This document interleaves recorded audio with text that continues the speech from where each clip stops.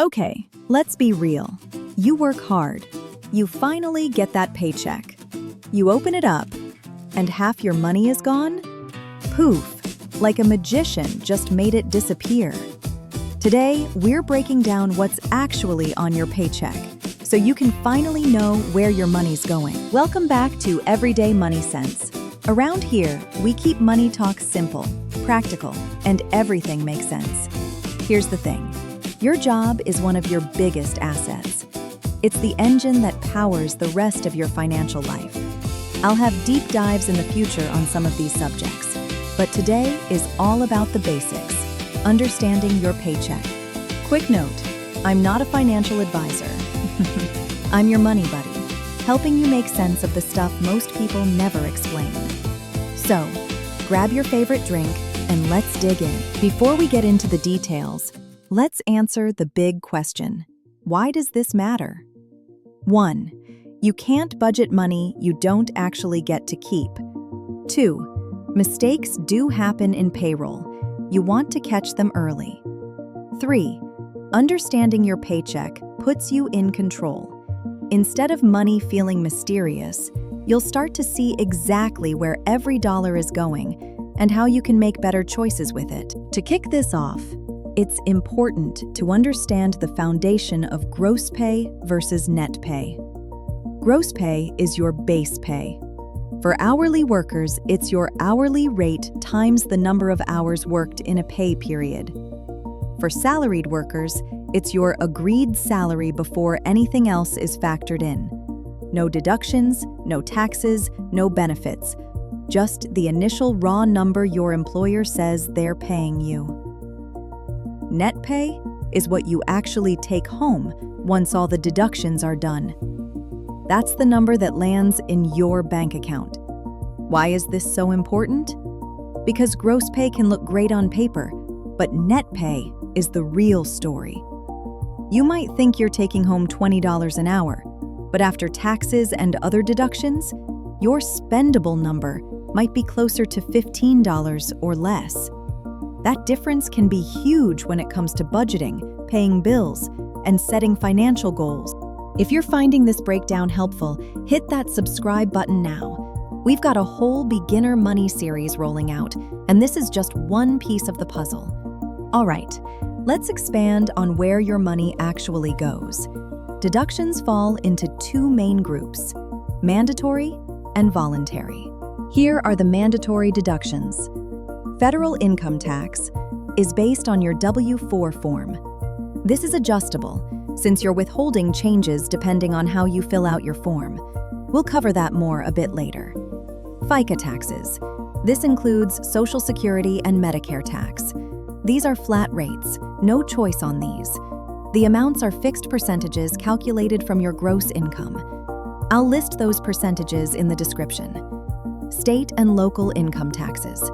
This amount depends on where you live. Some states and localities actually have zero. And finally, wage garnishments. These can include court-ordered deductions like child support, student loans, or prior unpaid taxes. Not typical for most. Voluntary deductions. These deductions are chosen during benefits enrollment and are usually updated annually or after a major life event, like marriage or a new child. Some are pre-tax, or before taxes taken, and some post-tax, or after the taxes. Pre-tax deductions. These amounts frequently reduce your federal or state tax calculations. Retirement plans. Contributions to a traditional 401k or equivalent. We'll get into retirement accounts and investing in future episodes, so make sure to hit that subscribe button and notification bell so you don't miss those. Health insurance, like medical, dental, and vision. Health savings accounts and flexible spending accounts.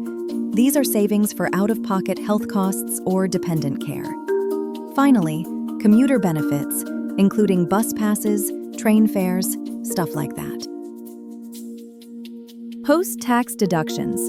These typically do not reduce your tax calculations. After-tax retirement plans, like Roth IRA contributions, charitable donations, if your employer runs a giving program. These could be tax-deductible when you file your income tax at the end of the year, but we'll cover federal income taxes in a future episode. Union dues and professional membership fees. And finally, some types of life or disability insurance. Here's your homework. Pull out your latest pay stub. Write down your gross pay, your deductions, and your net pay. Then ask yourself, do I understand each line item? If not, highlight the amounts that are mysteries and check with HR for clarification. This little exercise can save you real money over time. Before we wrap, let's talk about the W-4. That's the form you fill out when you start a job, and it tells your employer how much federal tax to withhold. States may have a similar form if your state has an income tax. Quick update. If you've heard people talk about claiming allowances on a W-4, that's old news. In 2020, the IRS redesigned the form to make it simpler and more accurate. Now it's called the Employee's Withholding Certificate and uses a 5-step process instead of the old allowances that used to be listed on line 5 of the older forms.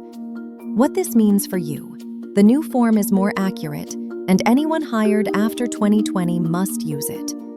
Older hires before 2020 don't need to switch, but any updates require using the new form. Reviewing the long form helps you understand how your choices affect both your paycheck and your taxes. Here's the quick breakdown. Step 1. Basic info and filing status. Everyone fills this out. Step 2. Multiple jobs. Adjust if you or your spouse both work. Step 3. Dependents. Enter the dollar amount of credits as listed. Step 4. Other adjustments. Extra income, deductions, or additional withholding amount if needed. Step 5. Sign and date, then hand it in. Note: complete steps 2 through 4 only if they apply to you. Otherwise, skip to step 5. Think of it like adjusting the thermostat. Too hot? You owe it tax time. Too cold? You've been giving Uncle Sam an interest-free loan by letting the government keep too much until your tax return filing. And here's the best part. The IRS has a free online tool called the Tax Withholding Estimator at irs.gov/W4 app. Links in the description. It will walk you through the form step by step so you're not left scratching your head. Here are some common traps to avoid. 1. Not reviewing your pay stub carefully. Whether it's ignoring it or assuming it's always right, that's risky. Payroll errors happen, and sometimes deductions get taken when they shouldn't. 2. Not updating your W-4 after life changes. Marriage, kids, or a new side job. If your W-4 isn't up to date, you could be setting yourself up for a surprise tax bill, or giving the IRS a bigger loan than you need to. 3. Not coordinating multiple incomes or benefits. If you and your spouse both work, or you've got 2 jobs, your tax withholding might not be accurate across all paychecks. That's how people end up underwithheld. Same goes for benefits, like dental or vision insurance. You might be double paying when one plan would cover the whole family. 4. Skipping valuable employer benefits. In addition to 401k matches, people often miss other perks like commuter benefits, wellness stipends, or even company-paid education programs. Some employers will literally help pay for certifications or college courses, and folks never use it. That's free career growth and free money. So there you have it. Your paycheck decoded. You now know the difference between gross and net, the deductions you can and can't control, and how your W-4 plays into it. Thanks for hanging out with me here at Everyday Money Sense. Remember, money only feels complicated when it's hidden. Shine a light on it, and suddenly it all starts to make sense. Don't forget to like, share, and subscribe. See you next time.